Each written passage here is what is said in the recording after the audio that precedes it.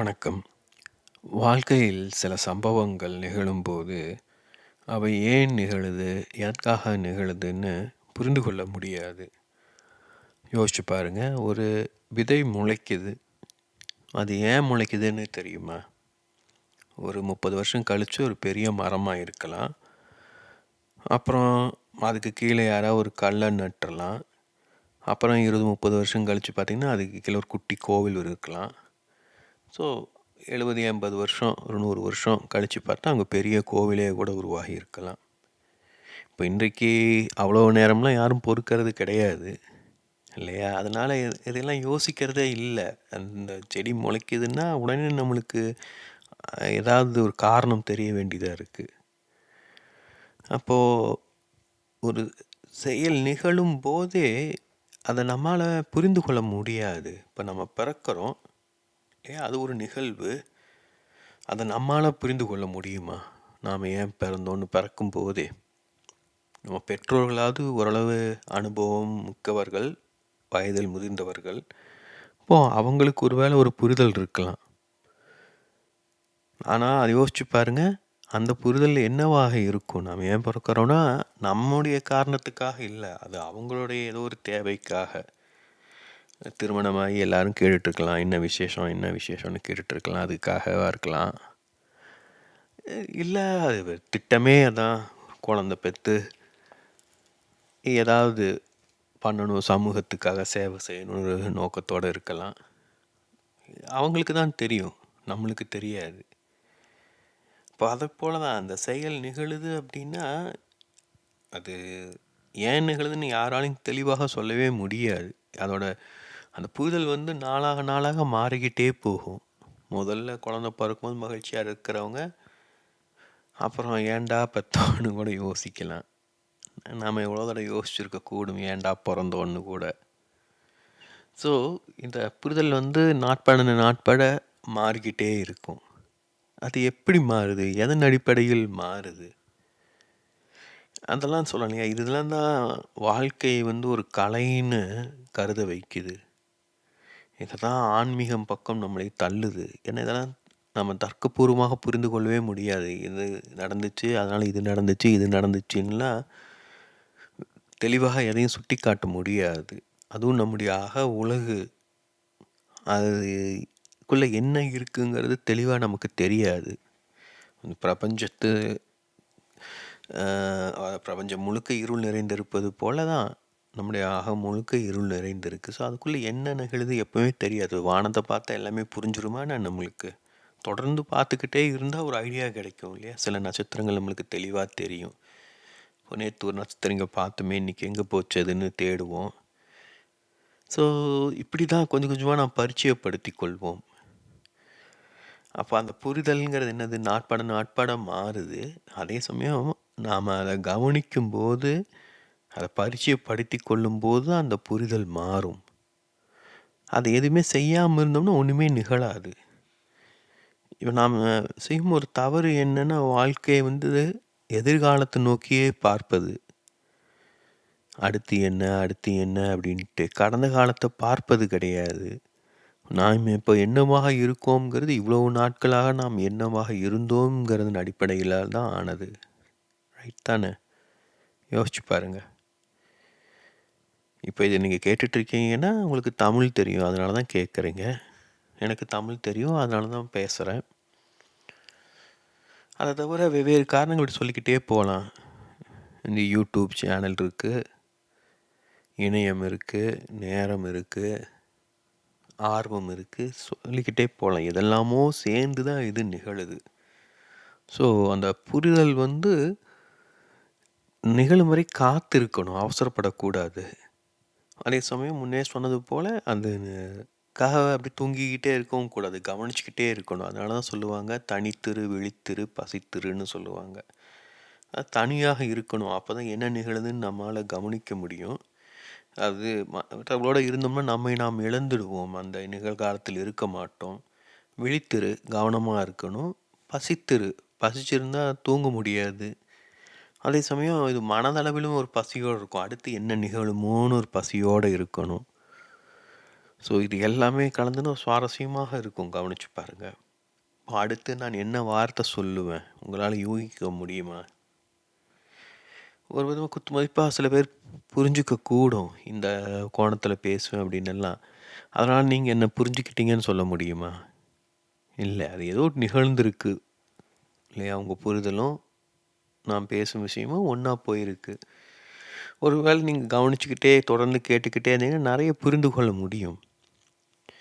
ஆனா, இங்க கவனிக்க வேண்டியது என்னன்னா, அந்த புரிதல் நமக்கு ஏதாவது விதத்தில் பயன் தருதாங்கிறது தான். ஏன்னா, நமக்கு பயன் தராத எதனாலும் நமக்கு உண்மையில் பயன் எதுவுமே இல்ல.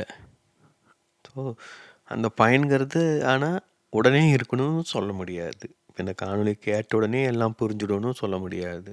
அது ஒரு விதை முளைப்பது போல கூட இருக்கலாம். ஸோ, நாம செய்ய வேண்டிய விஷயம் என்னன்னா, இங்க கவனித்துக் கொண்டே இருப்பது. அந்த கவனித்தல் நிகழ நிகழ அந்த பிரக்ஞை கூரடையும். அதனால தான் பிரக்ஞையை உணர்வது. கவனிப்பதுன்னா என்ன? ஸோ, அப்போ என்ன நடக்குது நம்மள சுத்திங்கிறது ரொம்ப சுவாரஸ்யமாக இருக்கும். நம்ம நல்லா புரிந்து கொள்ள முடியும். ஏன்னா, இப்படி ஒவ்வொருவருமே கவனமாக இருந்தோம்னா, அது வாழ்க்கையில் பல விஷயங்கள் தன்னியல்பாக நிகழக்கூடும். அதாவது இந்த படத்துல காட்டியிருப்பது போல தான் நம்ம எல்லோருமே ஒருவரோடு நெருக்கமான தொடர்புல இருக்கோம். காட்டில் உள்ள மரங்கள் எல்லாம் தனித்தனியாக இருந்தாலும், மண்ணுக்கு கீழே எல்லாம் ஒன்றாக பிணைந்து தான் இருக்கின்றன. அதனால நாம ஆளுள்ளத்தில் நாம் எல்லாருமே ஒன்றாக பிணைஞ்சிருக்கோம். எல்லா உயிரினங்களும் ஏதோ ஒரு புள்ளியிலிருந்து தான் உருவாகி வந்திருக்கு. அங்கிருந்து ஒரு பெருவெடிப்பு நிகழ்ந்து பிரபஞ்சம் விரிந்து கொண்டே செல்வது போல உயிரினங்களும் ஏதோ ஒரு ஆதியில் இருக்கும் ஒரு தாயிடம் உருவாகி இவ்வளோ தூரம் வந்திருக்கோம். அப்போ நம்மளுக்கு தெரியாம நல்ல நுட்பங்கான பிணைப்புகள் இருக்கும். அதிலும் குறிப்பாக நம்ம ஒரே மொழியை பேசும்போது, ஒரே பண்பாட்டை சார்ந்தவர்களாக இருக்கும்போது, பல புரிதல்கள் நமக்குள் ஒன்று போலவே இருக்கும். ஏன்னா நீண்ட காலமாக நம்ம அந்த மரபுல வாழ்ந்து வந்திருக்கோம். அந்த மரபோட, அந்த பண்பாட்டோட நுட்பங்கள் நம்மை அறியாம நம்ம மனம் கிரகித்து கொண்டிருக்கும். யோசிச்சு பாருங்க. ஒரு கடவுள் அப்படின்னு உங்க மனசுக்கு என்ன உருவம் தோன்றுது? அது பெரும்பாலும் உங்கள் பண்பாட்டின் அடிப்படையிலானதாக இருக்கும். நீங்க எந்த மதத்தைச் சேர்ந்தவர் என்பதன் அடிப்படையிலானதா இருக்கும். ஸோ, இத நம்ம 2 விதங்கள்ல இத நம்ம புரிந்து கொள்ளணும். ஒண்ணு வந்து மரபு வந்து நம்மள பிணைக்க உதவுது. அதே சமயம் அது நம்மள முன்னகராம தடுக்கவும் செய்யுது. மரபை கைவிட முடியாது. எல்லா மரபை கைவிட்டோம்னா, அந்த இடத்துல மிதந்துகிட்டு இருப்போம். அப்போ நமக்கு பிடிச்சுக்கிறதுக்கு வேற ஒண்ணு வேணும். அப்புறம் தான் நம்ம மரபை கைவிட முடியும். படிக்கட்டில ஏறுவது போல தான். ஒரு கால ஊனி தெளிவா நின்னதுக்கு அப்புறம் தான் இன்னொரு கால தூக்கி வைப்போம். அப்போ அப்படிதான் செய்ய முடியும். அப்போ நம்ம மரபு முதல்ல நம்ம ஆழமாக ஊடுருவி இருக்கணும். அப்பதான் நம்ம இன்னொரு கால மரபிலிருந்து தூக்கி முன்ன வைக்க முடியும். இப்ப எதுல நாம மரபோட பிணைந்து இருக்கோம், எதுல நாம சுதந்திரமாக இருக்கோம்லாம் யோசிக்கணும், புரிஞ்சுக்கணும். அதாவது இப்போ உடைன்னு எடுத்துக்கோங்க. உடையில நாம இன்று பெரும்பாலும் மரபான உடைகளை யாரும் அணிவது கிடையாது. வேஷ்டி யாரும் அணிகிறோமா என்ன? அதே மாரி உணவுலயும் நாம மரபான உணவுகளை அதிகம் பேர் உண்ணுவதில்ல. அதாவது ருசியில வந்து நம்ம ஒரு மரப கடைப்பிடிக்கிறோம். தோசைக்கு இந்த சட்னி தான் நல்லாயிருக்கும். தேங்காய் சட்னி இல்லாம தோசையோ, இட்லியோ இருக்குமா? யோசிச்சு பாருங்க. இதெல்லாம் அப்படியே நம்மளுக்கு பழகிருச்சு. ஆனாலும் வந்து பார்த்தீங்கன்னா, இன்னொரு விதத்தில் நம்ம முழுக்க முழுக்க மரபையும் கடைப்பிடிப்பது இல்ல. புது புது உணவு வகைகளை முயற்சி செஞ்சு பார்க்குறோம். நேரங்கெட்ட நேரத்தில சாப்பிட்றோம். இப்ப அதுவும் முக்கியம். அது சாப்பிட்ற உணவு மட்டும் கிடையாது. அந்த பழக்கம், நேரம், நாம் சாப்பிடும் விதம், அதேபோல தான் உடை எப்படி நாம் அணியிறோம், எங்க அணியிறோம், ஏன் அணியிறோம், இது எல்லாமே பார்த்தீங்கன்னா, ஒரு குழப்பமா தான் இருக்கு. ஒரு சில இடங்கள்ல மரபு இருக்கும். ஒரு சில இடங்கள்ல நவீனமாக இருக்கும். இத குறித்த ஒரு தெளிவு, புரிதல் நம்மளுக்கே கிடையாது. அப்போ என்ன ஆகும்னா, நம்முடைய அந்த பிணைப்பு வந்து உறுதியாக இருக்காது. நாம் யாருன்ற ஒரு தெளிவு இருக்காது. இப்போ இதற்கு தான் மரபு உறுதி தேவைப்படும். அதாவது நம்ம அட்லீஸ்ட் ஒரு கவனமாக இருக்கணும். இப்போ மரபான உடைகளையே வந்து இப்போ ஃபேஷனா அணிவது ஒரு விஷயம் நடந்துக்கிட்டு இருக்கு இல்லையா?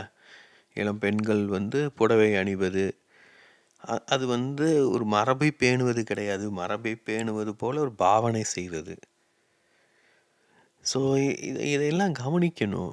எதுலேயுமே ஒரு ஆழம் இல்லை. நவீனம்னாலும் ஆழம் கிடையாது. இப்போ நவீனம்னா எவ்வளோ பேருக்கு ஆங்கிலம் ஓரளவு நன்றாக தெரியும். அதுவும் ரொம்ப மேலோட்டமாக தான் இருக்குது. அதே தமிழ் எவ்வளோ பேருக்கு தெரியும். அதுவும் ரொம்ப மேலோட்டமாக தான் இருக்குது. அதே சமயம் இதனால நம்ம எல்லோருமே ஒருவருக்கொரு உதவவும் முடியும். இப்போ அதுதான் சொல்கிறேன். இப்போ எங்கேயோ நம்மளை ஏதோ பிணைக்குது. இப்போ நம்ம பொதுவாக நம்ம ஒருவரோடு தொடர்பு கொள்ளும்போது 2 விதங்களில் தொடர்பு கொள்ளலாம். ஒன்று, ஒருவரிடம் நம்மளுக்கு ஏதாவது ஒன்று பிடிச்சிருக்கலாம். அதன் மூலம் ஒருவரோடு பிணைப்பு கொள்ளலாம். இன்னொன்று, ஒருவரிடம் ஏதாவது பிடிக்காமல் இருக்கலாம். அதனாலேயும் பிணைப்பு கொள்ளலாம். அது எப்படி அது பிணைக்காமல் இருக்கிறனால எப்படி பிணைப்பு கொள்வது? கொஞ்சம் கவனித்து பாருங்கள். நம்ம எல்லோருக்குமே வந்து ஒருவரை பிடிக்கும்போது அதே சமயம் அவரை பிடிக்காததும் ஏதாவது இருக்கும். நம்ம எந்த அளவுக்கு வந்து நடிகர்களை, பிரபலங்களை வந்து உயர்த்தி பேசுகிறோமோ அந்த அளவு இழிவாகவும் பேசுவோம். ஏன்னா நம்ம உள்ளுக்குள்ளே நம்ம எல்லோருக்குமே நம்மளை பற்றின ஒரு உயர்வான எண்ணம் இருக்குது. நம்மளுக்கு மற்றும் வாய்ப்பு கிடைச்சிருந்தா நாமளும் ரஜினிகாந்த் ஆகிருக்கலாம், நாமளும் இந்திய பிரதமராக இருக்கலாம். இப்படிலாம் ஒரு கனவுகள் இருக்கும். அட்லீஸ்ட்டு ஒரு கவுன்சிலரு, எம்எல்ஏ ஆளானாவது யோசிச்சிருப்போம் இல்லையா? இப்போ இருக்கும் நிலையை விட பெட்டராக இருந்திருப்போம் சிம்பிளாக சொன்னால் அப்படின்னு ஒரு எண்ணம் இருக்குது. அப்போது வந்து நம்ம இன்னொருவரை வந்து எளிதில் நம்ம ஏற்றுக்கொள்ள மாட்டோம். அதாவது ஏற்றுக்கொண்டாலும் அதை முழுமையாக ஏற்றுக்கொள்ள மாட்டோம்.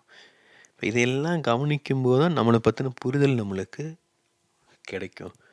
இப்போது ஒருவரை பிடிச்சிருக்கு அப்படிங்கும்போது அந்த ஈர்க்கப்படுவதில் நம்ம கவனம் செலுத்தணும். அது நல்லதாக இருந்தால் நல்லது தானே, அதனால் என்ன தவறு இருக்குது? ஸோ ஏதோ அதாவது இன்னொரு விதத்தில் ஒருத்தர் பிடிக்கலை அப்படின்னா அதையும் கவனிக்கணும். ஏன் பிடிக்கலை? அது வந்து தற்காலிகமானதா, நிரந்தரமானதா, எப்போவுமே பிடிக்கலையா, இல்லை ஏதோ ஒரு குறிப்பிட்ட காரணத்துக்காக பிடிக்கலையா? இப்படியும் நம்ம யோசித்து புரிந்து கொள்ள முடியும். ஏதோ விதத்தில் பார்த்திங்கன்னா நம்ம ஒவ்வொருவருமே இன்னொருவருக்கு எதையாவது கொடுக்க முடியும். ஒவ்வொருவரும் இன்னொருவரிடமிருந்து எதையாவது கற்றுக்கொள்ள முடியும். இப்போ எதை கற்றுக்கொள்கிறோம், எப்படி கற்றுக்கிறோம், அதுக்கெல்லாம் நம்மளை வந்து தூண்டுவது வந்து நம்முடைய சிந்தனை, நம்முடைய தேடல் போன்றவை. அதனால் பொதுவாக ஆன்மீகம் என்பது உயர்வானது, மேலானதுன்னு சொல்லுவாங்க. ஏன்னா அது லௌகீக தளத்திலிருந்து நம்மளை மேலே இழுக்குது. லௌகீக தளம்னா என்னது?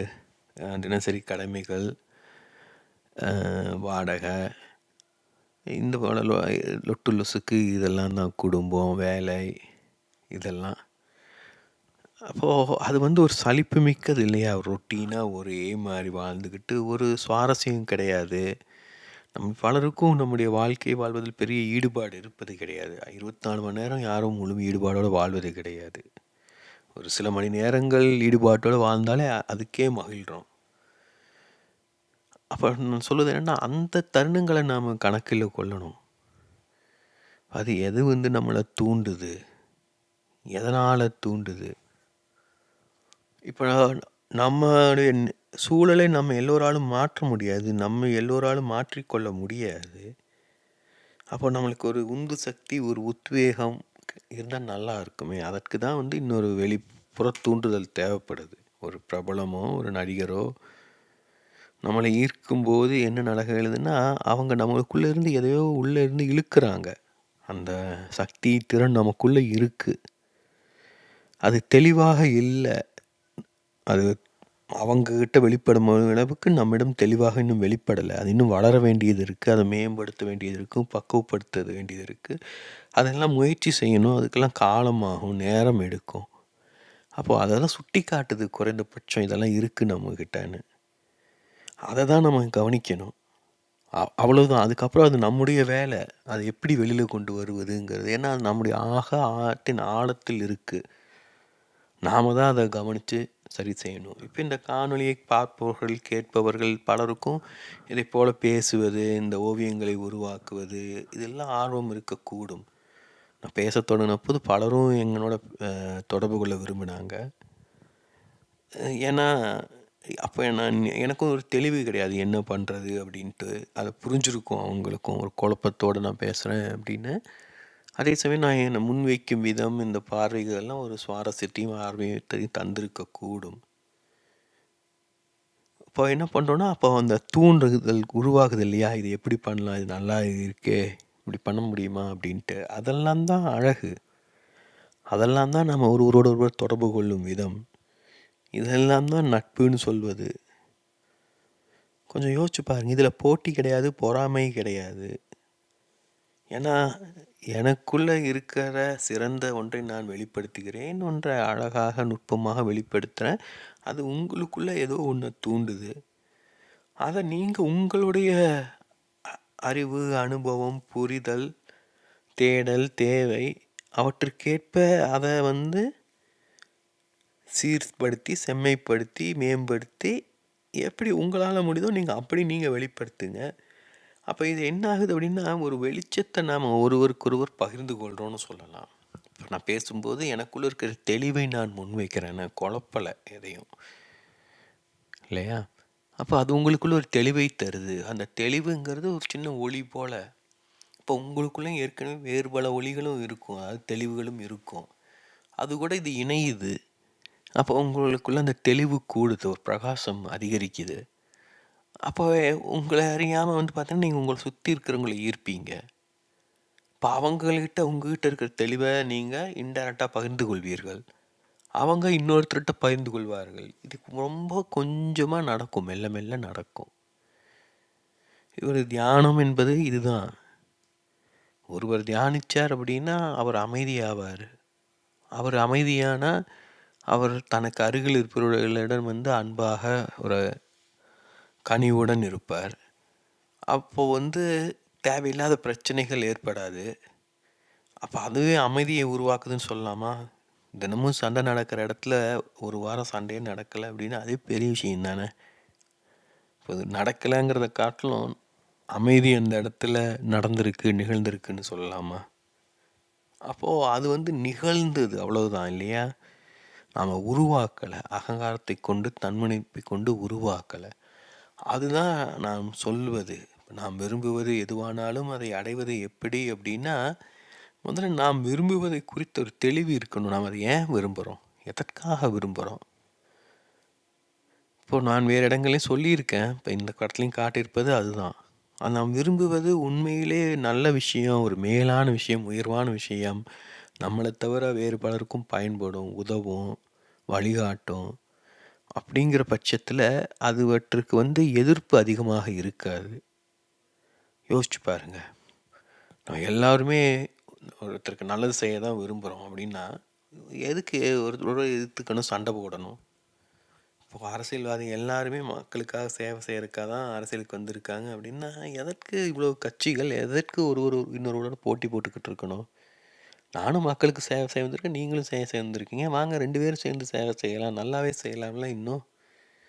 என்கிட்ட 50 ஆள் இருக்காங்க, உங்ககிட்ட 50 ஆள் இருக்காங்க. 100 பேரு.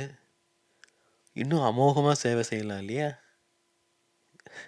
யோசிச்சு பார்க்கணும். ஆனா நம்ம என்ன நினைக்கிறோம்னா, நாம செய்யும் செயல் நம் மூலமாக நிகழணும்னு பார்க்குறோம். நம் மூலமாக தான் நிகழுது.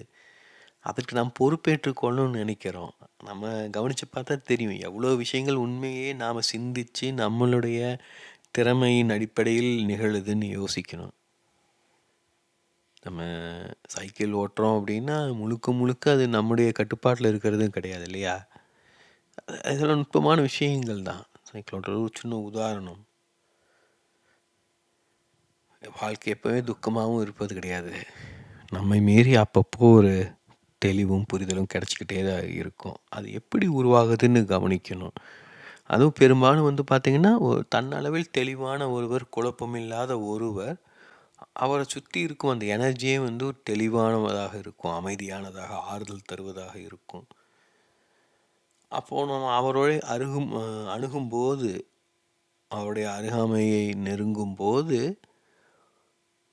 அந்த தெளிவை நாமளும் கொஞ்சம் கொஞ்சமாக கிரகித்து கொள்வோம். அது தானாக நிகழும். இது இந்த ரிவர்ஸ் ஆஸ்மாசிஸ்லாம் சொல்லுவோம் இல்லையா, அதே போல் அது எனர்ஜெட்டிக்கலாக நிகழும்.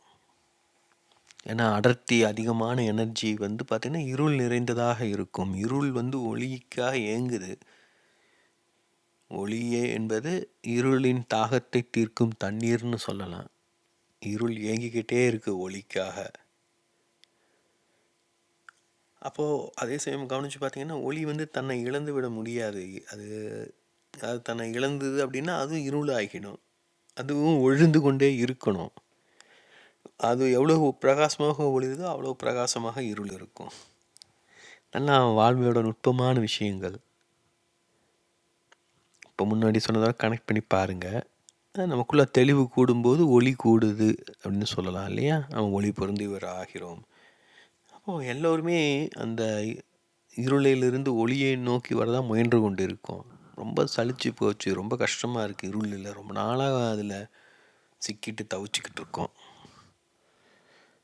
அப்போது ஒளி பொருந்திய இன்னொருவர் நமக்கு தேவையான ஒரு உற்சாகத்தையும் உத்வேகத்தையும் தரக்கூடும், இன்ஸ்பிரேஷனாக இருக்க கூடும். முன்பே சொன்னது போல் நாம் அவரை இன்ஸ்பிரேஷனாக வச்சுக்கிட்டு நமக்குள்ளே நம்மை தேடி நாம் செல்லணும். அவர் பின்னாடி அப்படியே ஆட்டு மந்தை மேலே போனோம் அப்படின்னா அதனால் நம்மளுக்கும் பயன் கிடையாது, அவருக்கும் பயன் கிடையாது.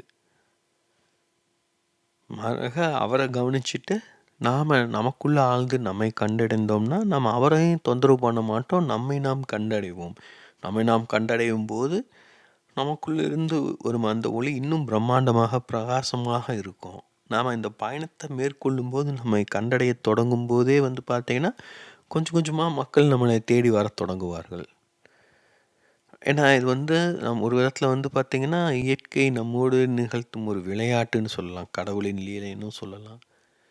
ஏன்னா நம்மளுக்கு ஒரு அளவு தெளிவாயிட்டோம் அப்படின்னு உடனே ஒரு நம்மளுக்கு கேட்குறாரு, ஓ சார் நீங்கள் கொஞ்சம் தியானம் பற்றி கொஞ்சம் சொல்கிறீங்களா அப்படின்னு நம்மளுக்கு ஒரு கெத்தாக நினைப்போம். பார்த்தியா நம்மளையும் ஒருத்தன் கேட்குறா அப்படின்னு சொல்லி விரிவாக விளக்கிட்டு இருப்போம்.